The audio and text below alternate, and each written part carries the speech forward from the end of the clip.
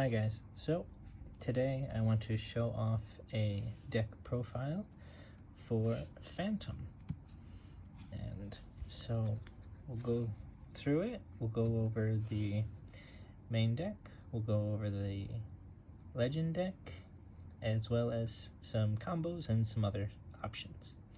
So with that said, let's go into it. So first, obviously, we're going to be looking at our ruler here for a second, and so we can actually ignore a lot of the first ability there. The divinity becomes 0. That's more for interacting with if you're playing with players who are using Force of Will cards, and it's just a way to alleviate the divinity effect. So the major thing here is that whenever we're drawing a card outside of our draw phase, we're putting legend counters on Nameless One, and then we can remove 5 legend counters to search a player's deck for a card and remove it from the game. So the idea is essentially that we can take out problem cards piece by piece. Now, to go a little bit further, let's just go through. I put my legend selection here. So first of all, we're using Xianglin, and so with her, she's supporting the main Phantom archetype. Whenever we're playing Celestial Summons, which I'll talk about in a moment, we'll produce a resource that is the same color as the Celestial Summon, so she lets us ramp a little bit and keep going farther. She can put the top card of our deck into the graveyard, so she can mill us for 1, and we shuffle our deck. This gives us the ability to potentially trigger shatter effects we can set up, and then whenever a Phantom Resonator deals damage to a player, we can put a card from our graveyard back into our hand, so she lets us buy back cards that we've played. The last piece, remove 2 counters from your ruler to put 2 cards in a graveyard on the bottom of their owner's deck. This can be used both offensively and defensively, and we'll talk a little bit more about that when we get into some of the combo stuff.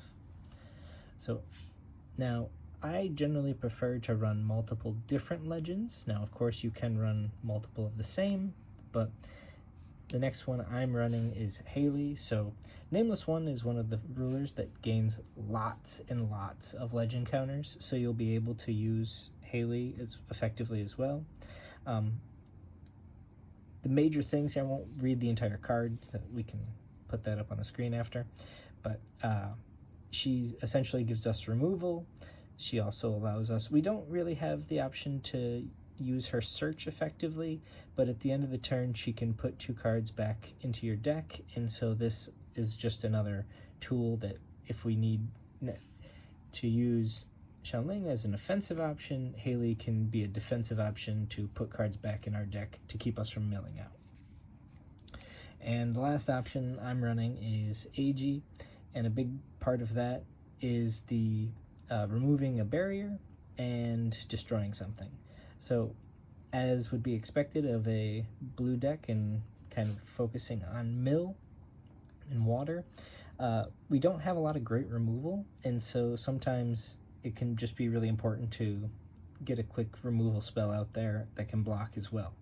So that's our legend deck. Not anything too fancy, but gets the job done. Now, next up, we'll move on to the main deck. And so let me try to address the glare here. And we're starting out with 3 Nameless Dynasty, and definitely one of the most powerful cards in the deck. We're looking to discard usually some kind of fodder, and with that we draw 3, and then both players mill 2. On top of that, we can remove it from our graveyard to have the top card set up for either our next turn draw, or, like we talked about before, comboing it with Xianglin to mill it into the graveyard and trigger its shatter. So you will notice that this does only search for Phantom cards, so be careful. Make sure that you don't search for something you're not allowed to.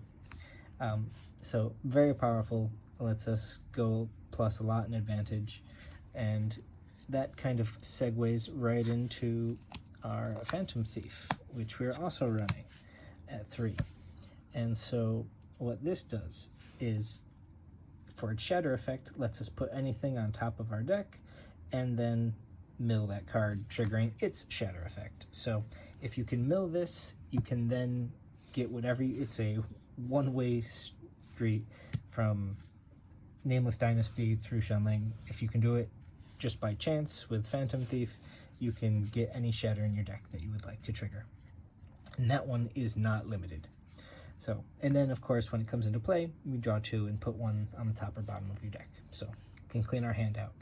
Obviously, it's a blocker, nothing more, nothing less, but it can be useful to get junk out of our hand if we need to change things up.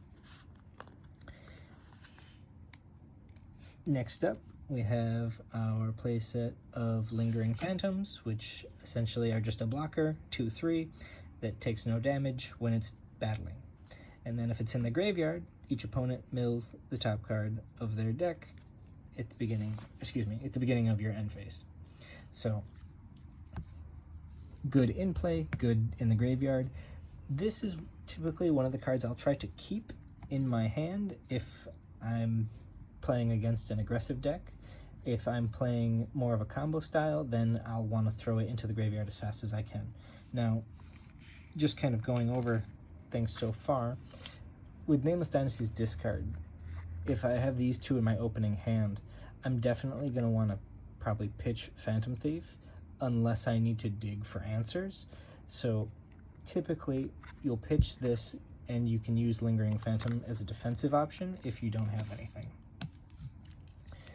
Continuing forward, one of the best discard fodders in the game is 2 of Phantom Wishmaker. And essentially, if she would go into the graveyard, rather she gets shuffled back into the deck and then exile the top card of your deck instead. So she is infinite discard fodder that doesn't actually touch the graveyard. So can be good, can be bad, depending on the situation, but she can be effective.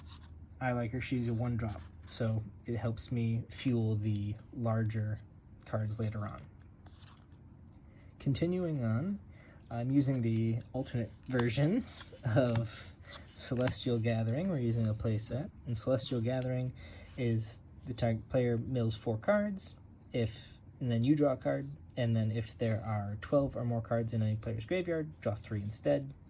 And maybe the most important part of this card's effect is, so if it's in the graveyard, you may remove it rather than paying one of the water resonators for a manifest cost. So getting these into the graveyard, even if you're not playing them for their will cost, just discarding them can be very effective in speeding up the game. So very powerful card. Sometimes you want to hit yourself, sometimes you want to hit the opponent. We'll get into that more with some of the big guys at the end.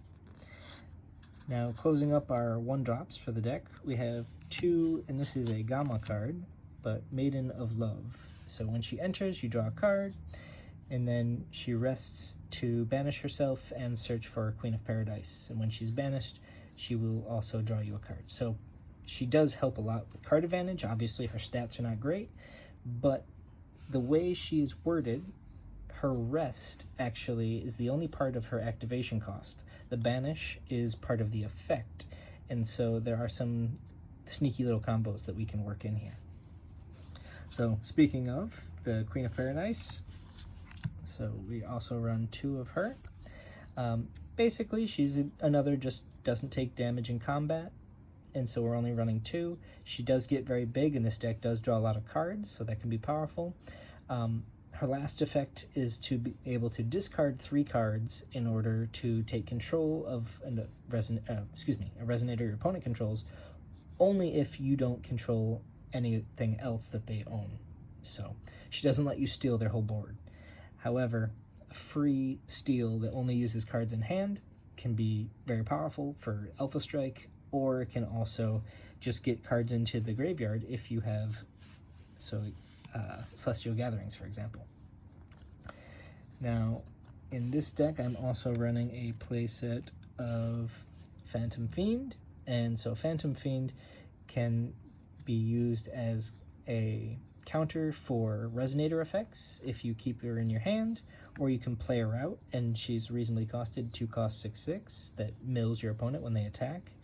I typically keep her in my hand and use her for the hand trap effect, but I think depending on what direction you're going, it could be useful to use her as a preventative measure. Now, I'm only running 1 Divine Tower, and that's because if it's out, you're usually in a very good position already, and so it's just the major effect that you want to get out of it is the discard 2 resonators to put a resonator from your graveyard back into your hand. So it lets you buy back stuff, and once you start drawing enough cards, you won't really mind the negative card advantage. Next up is one of the best cards in Phantom, and so Phantom Priest, we can discard it and another Phantom Resonator to draw a single card, which isn't super powerful in and of itself.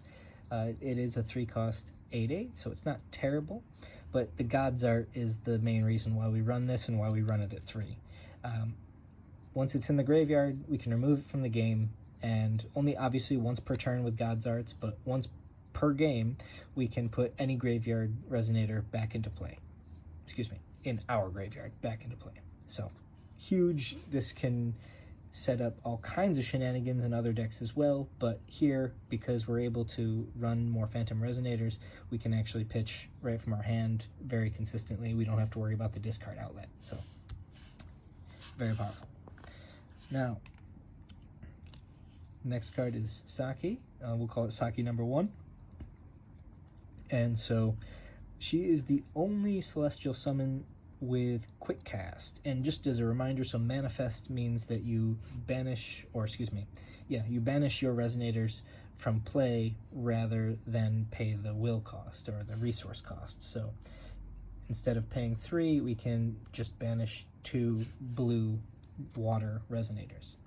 Quick Cast means we can do it at any time, and then Saki number 1 actually becomes super powerful, more so for its ability to have Quick Cast, so it's great on surprise blocks, but as well the ability to banish itself to make other things unblockable.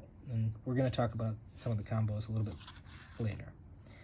Now, getting into the mill side, we have 3 treacherous packages. So anytime when a player searches their deck, we can pay 2 less to play it, and so what happens is they put the top 6 cards of their deck into the graveyard, and then we can remove this card from the graveyard to put another 2 cards from the top of the player's deck into the graveyard. So 8 total cards, and if you figure we have 3 of them, that's 24 cards right there. They've started drawing with 5 cards in their hand, so we're in a very advantageous position with 29 cards already gone before they've done anything.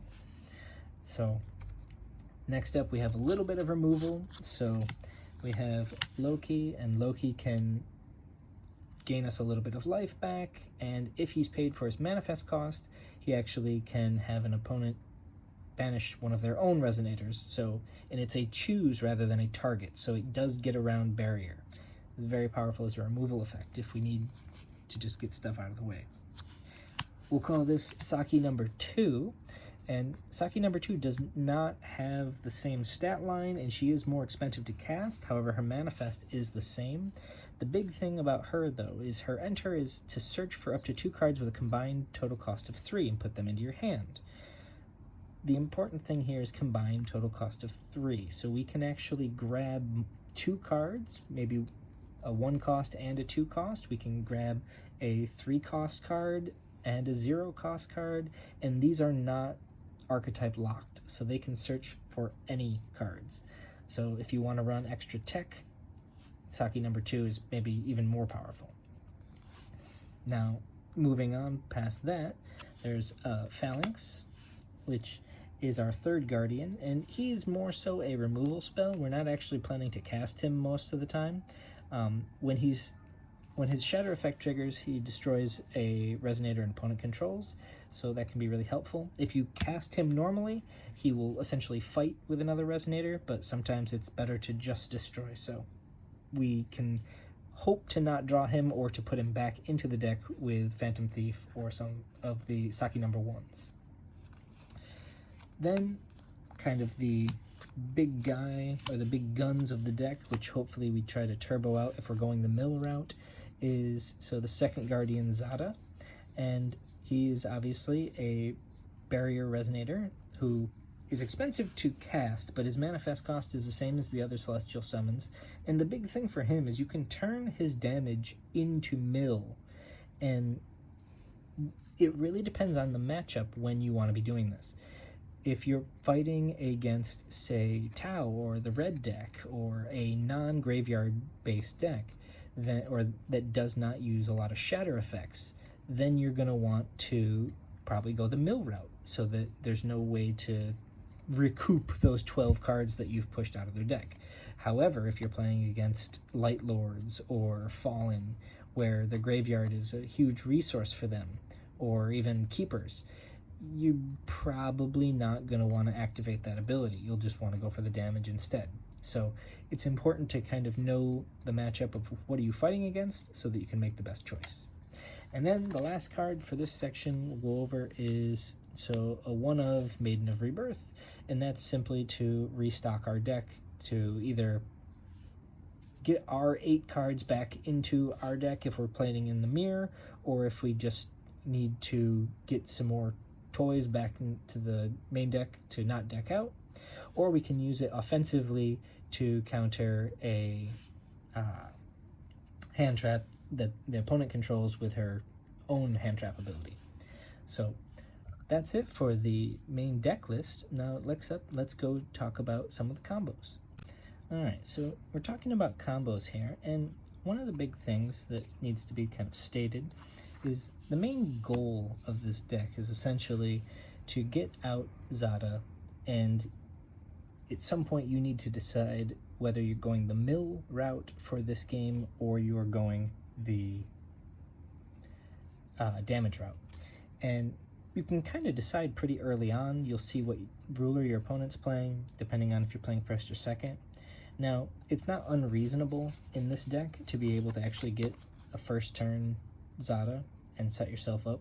Now, you do need to be careful, obviously, for hand traps and abilities that counter other hand traps or resonator activated effects. But for example, if we have in our opening hand, this is obviously the most simple one, and it's a one shot per game to try, but with this combo here, Nameless, Phantom Priest, and Zatta, we can just simply at the beginning of the turn, or excuse me, beginning of the game, we can discard Nameless, Phantom Priest, and Zatta to the effect to draw a card, and then use the God's Art to remove Phantom Priest from the game, and we can have Zatta in play turn 1.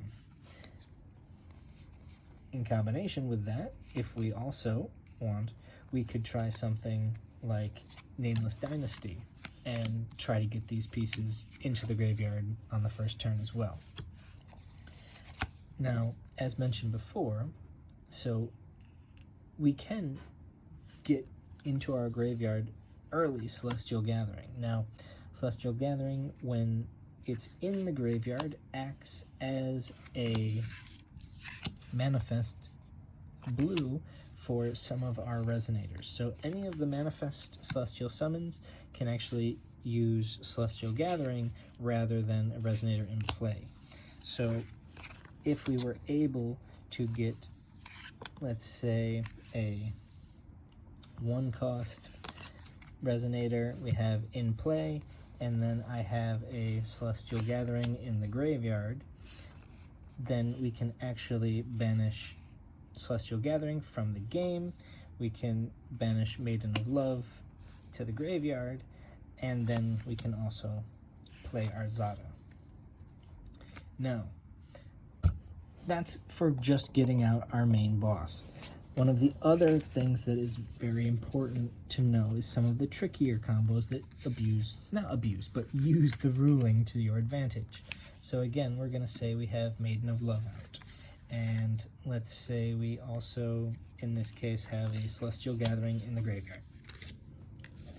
And Maiden of Love is no longer summoning sick, she can use her abilities. So what we can do is we can rest to activate her effect that's going to search out a queen and put it into play. But while that's on the chase, we can actually respond because of where the semicolon is. We can respond with quick cast, and Saki number 1 can actually be used in response. And if we banish, let's see here, we'll banish this from the game, and we'll banish this to the graveyard. We can actually play Saki number 1, will then come in with her own trigger, and then the trigger from Maiden of Love that we activated earlier on will also activate, and we will get our Queen of Paradise in play. So we'll actually have 2 resonators in play. So, and we'll actually be drawing quite a few cards off of both Maiden of Love's ability, Saki number 1's ability, and anything else that's triggering at that time. So if you have the addition out as well, the Divine Tower, you'll certainly be drawing quite a few cards off of that combo. So that's a big one. Now, one of the other more powerful effects with, well, Saki number 1 works with any resonator, but specifically, so Saki and Zatta work well together, being that Zatta already has barrier, and he's quite large for how easy he is to get out. So you can be swinging in, and if you want to make sure that that damage is going through, whether it's damage or mill, we can banish Saki to get that damage through. What I might recommend, however, is, if possible, swing with Saki first, go for the damage. If she gets blocked, if she's going to be killed, in response to the block, we can actually banish her to give the effect to Zatta still, and the damage won't go through, but their blocking resonator will now be rested. So it can sometimes be effective to attempt to use Saki for combat first. Now, obviously, Saki does not have the ability to mill like the rest, so if you feel like your board is going to be going wide, it might be more effective to keep Zatta in damage mode. However, if Zatta tends to be one of the only resonators you have out, and your hand has lots of treacherous packages, maybe your opponent's more of a combo deck, you can cut them off of resources quickly, then you might want to go the mill route, and you would be surprised how quickly a couple Celestial Gatherings targeted at your opponent plus Zatta will mill them out of cards. So obviously this is 4 cards out of their deck, 12 puts them at 16. If they've drawn their opening 5, they're already at 21 cards out of their deck. That's more than most likely half their deck is missing, and you haven't even triggered any of your treacherous packages, which, again, they can be set for 2, of course, but you can also play them from your hand, and they can be played for 1 if your opponent has triggered that effect. So that can be very powerful. So a big part of Tenshoku is definitely knowing what your opponent is up to some degree and what is the best response. So I think, well, Zatta on surface value is a big beater. Knowing when to use his mill effect, knowing when to use his damage is going to be a big piece of the game. Now, with the inclusion of Gamma, we have Maiden of Love, which combos into Queen of Paradise, and she can be very, very large. A 2-drop that becomes sometimes a 12/12 that's attacking on turn 2 can be very threatening. Be mindful that you keep the resonator as long as you control it and it doesn't die. There's nothing about if the queen dies or if she gets banished, or if you ended up, you have both of them out and you banish them for Zatta, you will still keep the extra resonator that you took from your opponent. that you can use as fodder. If they're in the same color as you, then fantastic. You'll be able to use it for manifest cost. You might even consider splashing other cards that manifest with other colors. So that's it for the kind of easy combos. If there's any other major things, I'll be sure to post an addendum to this, but that's the big ones. Next up, we'll be going over some matchups. Quick little addendum here, guys. So I wanted to talk a little bit about Phantom Thief, since he can be incredibly difficult to use properly depending on what part of the game you're in. So his enter is simple enough. However, the ability to trigger any shatter in your deck needs to maybe be planned around. And so with Phantom Thief, the big choices that you're going to have in a typical Phantom build are going to be focused around setting up Nameless Phantom Priest. So do we need that into the graveyard? Do we need our Zatta to complete this combo? Do we need to get a Nameless Dynasty or Celestial Gathering into the graveyard? These two can be decided. So obviously Nameless Dynasty allows us to search for another card and set it up on the top of our deck, whereas Celestial Gathering is essentially a free tribute for manifest that we can prepare. And then finally we have, so the Third Guardian, let's put that here, Third Guardian Phalanx, which we can use as a removal spell, so we can plan that out, or Maiden of Rebirth to shuffle 8 cards back into our deck. So Phantom Thief can be really difficult to use because it does have so many options, but planning out what do you need at that moment will help kind of send you in the right direction. Additionally, of course, we can also run, if we're not running a pure build, things like the Light Lord Saya, the blue-white one, that can come into play and be a 10-10 right out of the Shatter effect, or other options as well. So there's a lot of different tools we can have. In Gamma, there are some life gain and some cards that can make use of that as well in Biolabs. So these are my kind of go-to options depending on what I need, but you'll have to kind of take note of the game state and what direction you need at that moment. So yeah, okay. All right, so I want to talk about matchups for a little bit here. So Phantom obviously are based around milling, and for anyone that's seen any Light Lord cards, they have a lot of shatter effects that are very powerful. And so you generally want to avoid milling Light Lords. It will only benefit them for the most part. So you're going to want to focus more on damage mitigation, using some of your resonators that don't take damage, using the combined no blocking that works with Saki #1 and Zatta together. So it's going to be very difficult to hold off full-powered Light Lord, so you'll definitely want to play a more defensive game, and you definitely will want to avoid milling them as much as possible. You'll want to go kind of a full combo route against Light Lord. So next up, I'm gonna kind of show here versus Tau. Tau actually is one of the decks that is the weakest to mill, and so you can kind of go on a full mill route, in almost the exact opposite of Light Lord. They have very few options to punish mill. They have very few options to recover cards and get them back into their deck. So, and they're also going to be trying most likely to either draw or discard cards as part of their combo. So this is definitely a matchup where milling is extra effective, and we can remove some of their combo pieces with Nameless One. We just need to be careful of their addition that burns whenever we're drawing extra cards each turn, because that will kill a Phantom player very quickly with all of our card draw. So it can be a very easy matchup if the mill is done properly.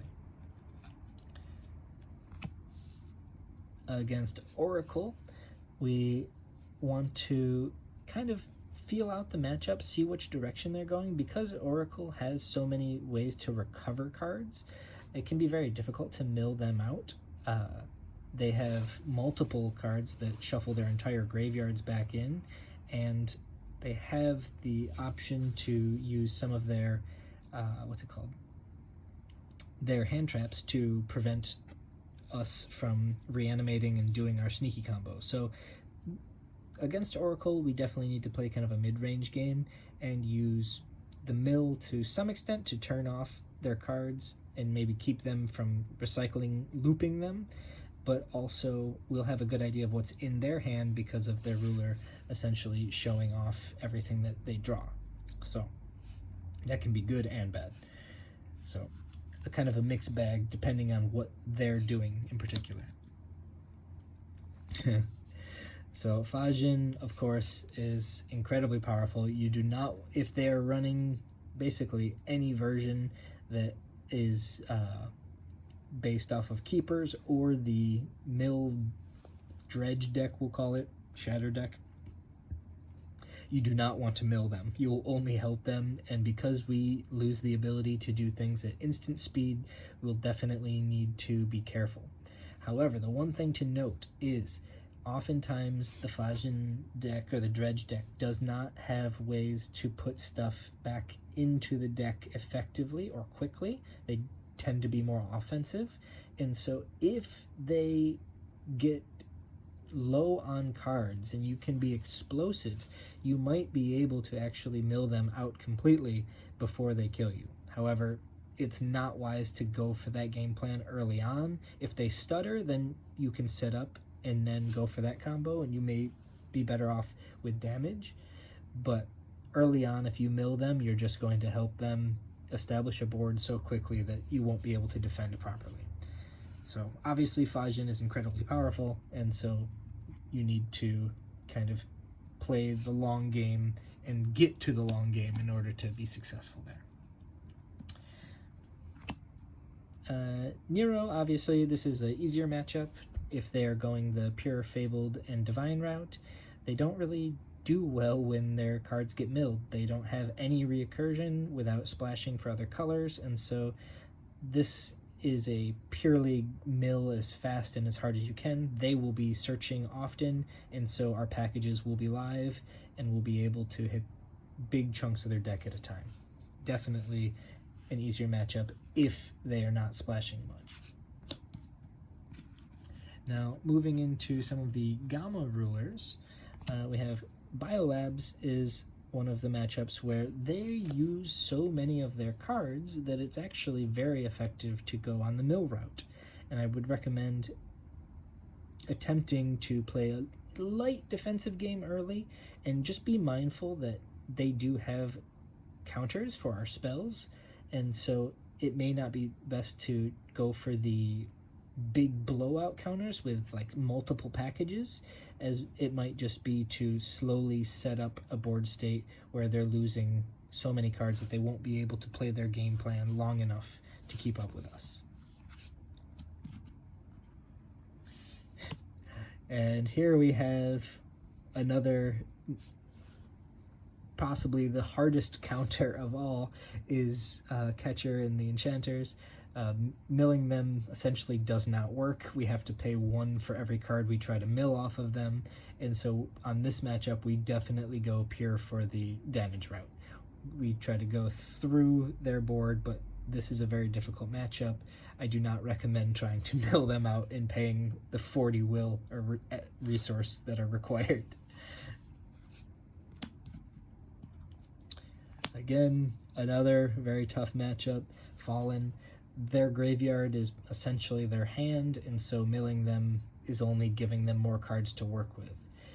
Also, something to take note of is their resonators on their turn will have Divine Blade, which means that if our stuff is not immune to damage, they will be getting removed from the game, and so they will not be able to be revived via the Phantom Priest. So again, another tough matchup that we do have the option to actually go above them and bigger with the speed of Zatta and some of our more aggressive plays. Jeifu is a bit slow. Obscurus tend to take a little bit of time to set up. Obviously, they do have Thanos, which is a big issue if the game has gone on long enough where they are able to keep setting him from the graveyard. However, if you dump most of their deck into the graveyard early on, they'll have trouble mounting a reasonable defense before they're SOL. So just be mindful of Thanos and you'll be pretty well off here. They can't keep up with the amount of mill we have. Misato and Quantum, another combo deck. They're going to be searching a ton, so package can be super strong here. Just be mindful that if they get to the point where they're taking extra turns, you're probably dead. They use so many of their cards, but they also have the ability to recycle many cards.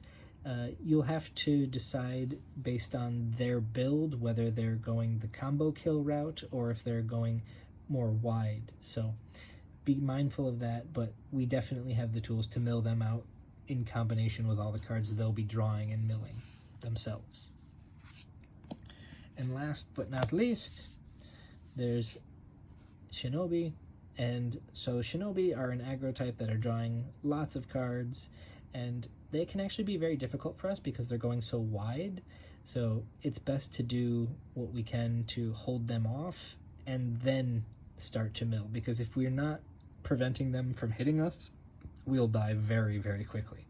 So a super aggressive deck does not have the same power like Light Lord does, but there are a very quick routes to death if we do not have our blockers available. So it's okay to play out a Phantom Thief just to block the same. It's okay to play out a instant speed Saki to be able to intercept one of their attackers. So with that, that's the kind of basic overview of the matchups, and I think that'll be it for now, guys. Thanks for watching. If this was helpful, let me know. I will try to do a couple more versions of these in the future, and thanks for playing. Have a good one.